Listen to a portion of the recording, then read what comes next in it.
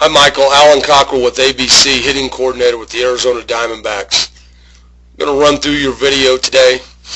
I'm going to let it run through a couple of times, then we'll stop it and talk about some of the things. I'll draw some lines on some of the things that are important, things that I talk to my hitters about. But I like your setup position.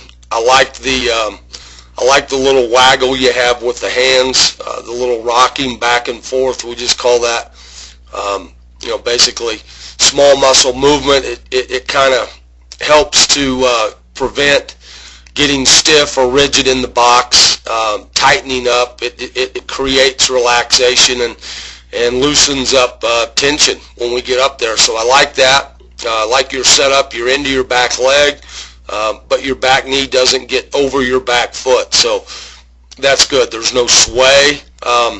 Then you start to get into your swing. Your foot sets down.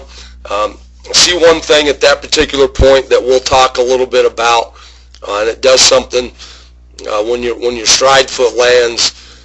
It does something to your front hip. I think it's gonna make it a little bit difficult to handle pitches on the outer half or outer third of the plate. Really going to be difficult to handle some off-speed stuff, breaking balls and change-ups and things of that nature. But all in all, I like what you do with your hands. You hit with a high elbow, but you manage to open up that top hand and let the elbow slide underneath, so you got a clear path to the ball. So you do a lot of good things.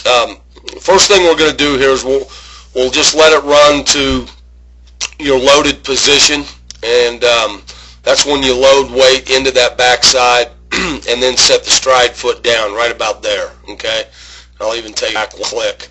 I'm going to take it forward one click. There we go.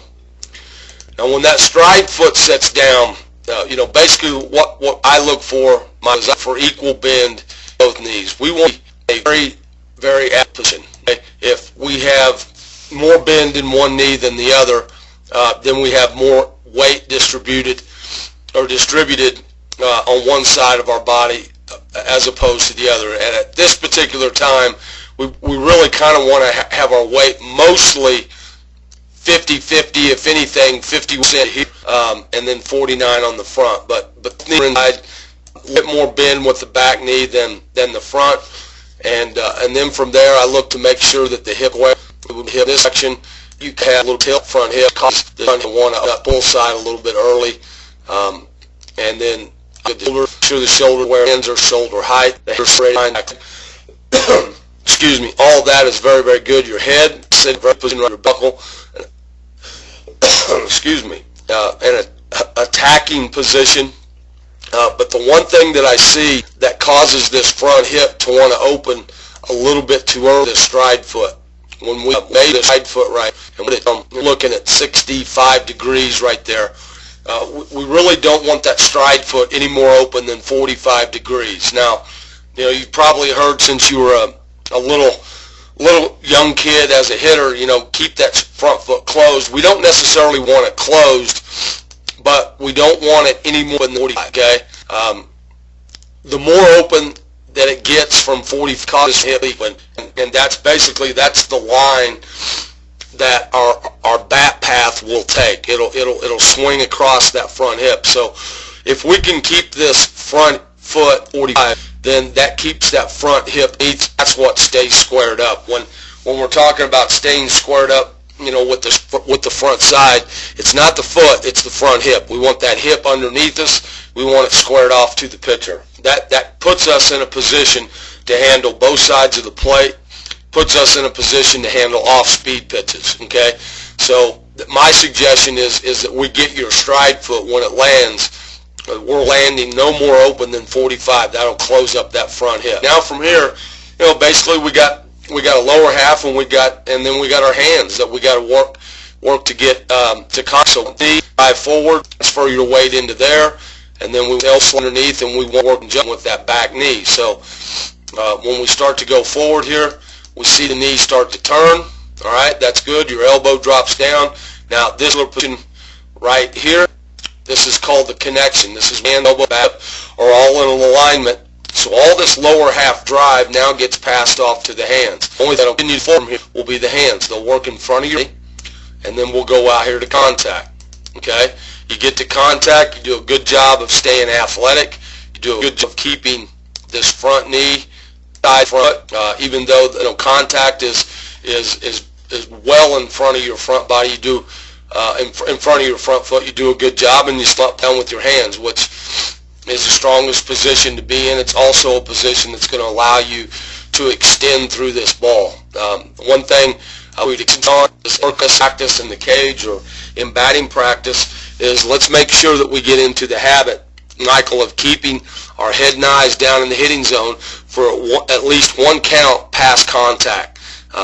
If we can get into the habit of doing that, that will allow extension of the bat path, excuse me, to go through the ball.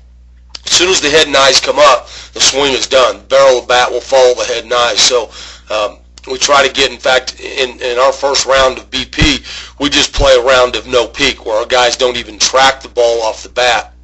We just get into the habit of taking our, loading, seeing the ball, taking our swing, and just burying our head and eyes down in the hitting zone at the point of contact. We don't even bring our head and eyes up. So let's get into the habit of doing that, and that will help you as well. So we go all the way through the swing, and you finish under balance and good with good balance. So the biggest thing for me, I think, in watching this particular swing is we need to keep that front hip underneath you a little bit longer, and that's going to allow you to cover the pitches that are out here on the outer half or outer third of the plate, and as I mentioned, the off-speed stuff. So when we get loaded up and the stride foot lands, a lot of really good hitters work off a tee.